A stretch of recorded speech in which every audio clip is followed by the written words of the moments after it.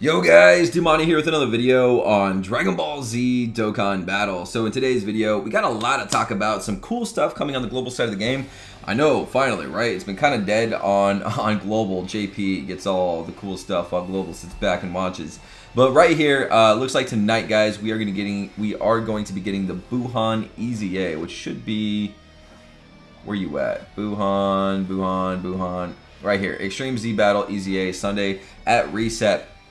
So there's a couple things I want to talk about in this video. We're going to go over the Buuhan Eza, what he's weak against. Hopefully you guys have the units that you need in order to beat him. Some other things that I've noticed, they've skipped quite a few EZAs in the process of giving us Buuhan, which I thought was kind of interesting.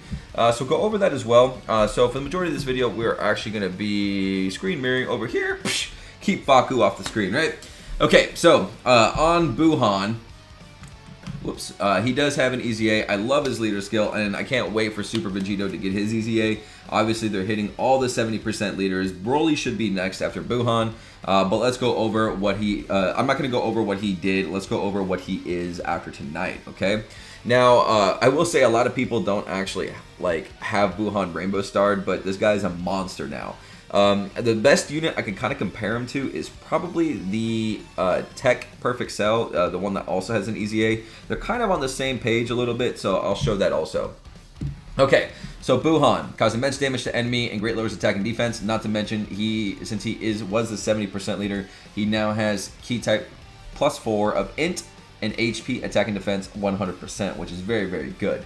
One of the coolest things about this unit is he has kind of a 30% chance to do a Super Ghost Kamikaze, which is a key attack, and then his Vice Shout is a physical attack. So when you're going against those virtual ultimate clashes that, you know, sometimes they're immune to, you know, Key Blast, and sometimes they're immune to physical attacks. This guy has both of them.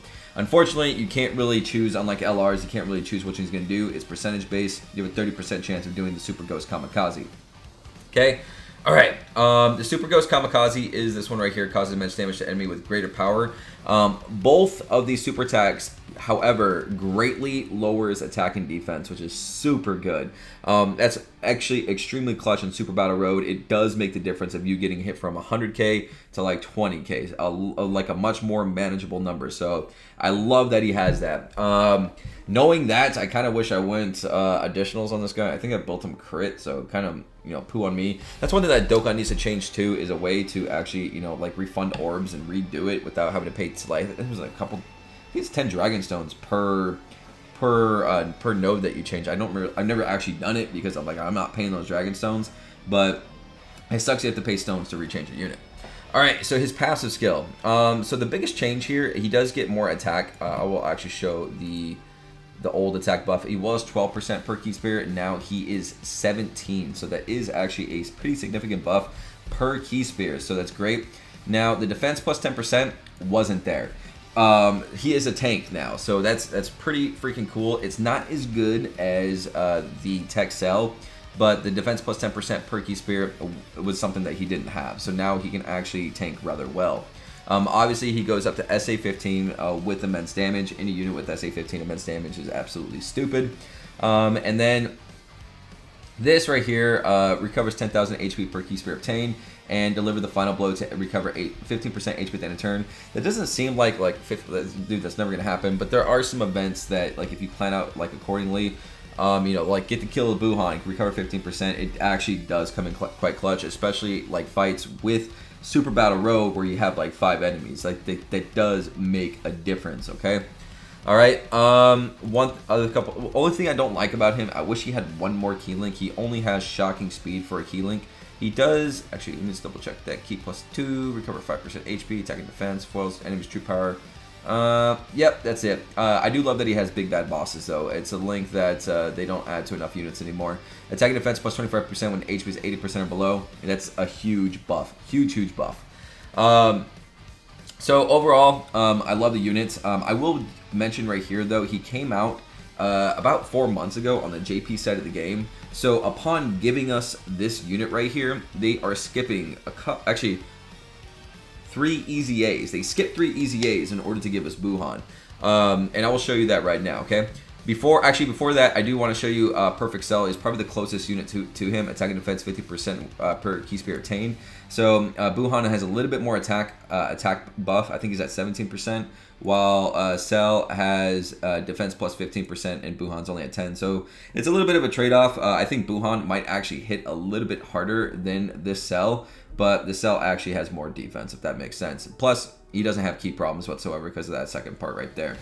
I do think his super attack causes damage and recovers 10% HP. I do think his super attack though is better on Buuhan. So if you want to know how good the Buuhan is and you have this tech Perfect Cell, I would say Buuhan is actually a step above him personally. Let me know in the comments what you guys think about that. Okay, so the EZAs that Global has skipped in order to give us Buuhan. First one is Golden Frieza. Golden Frieza released on April 9th of 2019, while Buuhan released on June 6th. So what is that, 3 months after? So we're actually very, very, very behind on Golden Frieza. We've actually, 6 months was like now. So we should have gotten Golden Frieza instead of Buuhan. Maybe they realized that Golden Frieza was too, I don't know why they do this sometimes, like they mix up the order. We didn't get Janemba for like 9 months. It's probably because they rated him as a higher tier, like, oh crap, we made a pretty busted unit. We don't want to release him on the global side of the game yet. I don't know why they do this, guys. So, Golden Frieza, missing, MIA. I do imagine, though, that this is going to be the next EZA. I can't imagine them skipping him anymore. So, let me know in the comments what you guys think, okay? Next one that they skipped is going to be EZA Gogeta. Now, he came out in May 9th of 2019. So he did come out though with the return of his events, which are the Dragon Ball Super event. I haven't seen them do it, maybe like with the return of Super. I don't know what they're waiting for. They really should have dropped this by now. As more time passes, I feel it gets less and less like hype. So I really hope that they drop this unit soon. Again, that was on May 9th. And the last one, actually not Broly. Broly was July 11th, so Broly came after Buuhan. He might actually be the next EZA if they continue this pattern, but we'll have to see.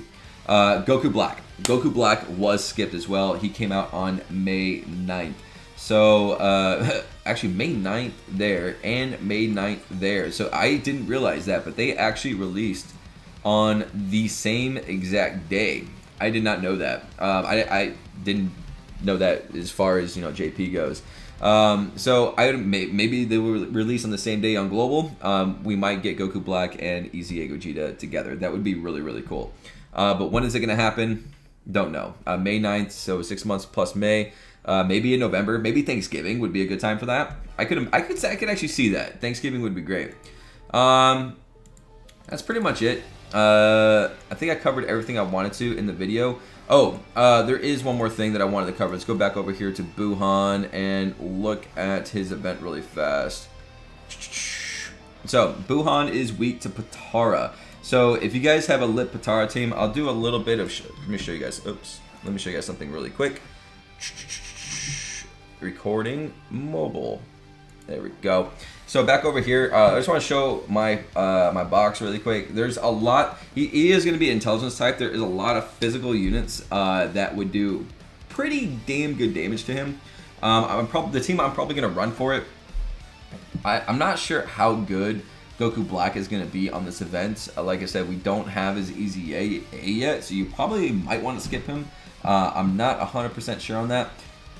You know, play with it yourself. So yeah, I'm probably gonna run either the Strength Rose or Goku Black. He's most likely gonna do additional damage to physical units and Potara. So just bring your physical Potara units if you have them. If you don't, you might be in trouble. Guys, what I would do actually right now, if you can, let me just confirm that. If you can, I'm obviously not going to run Buuhan as my leader. Change your lead to LR Vegito because people are going to be needing it for the EZA. So I'm changing mine right now. Do it for your friends. All right, guys, thank you so much for watching, and I'll see you all on the next video. Laters.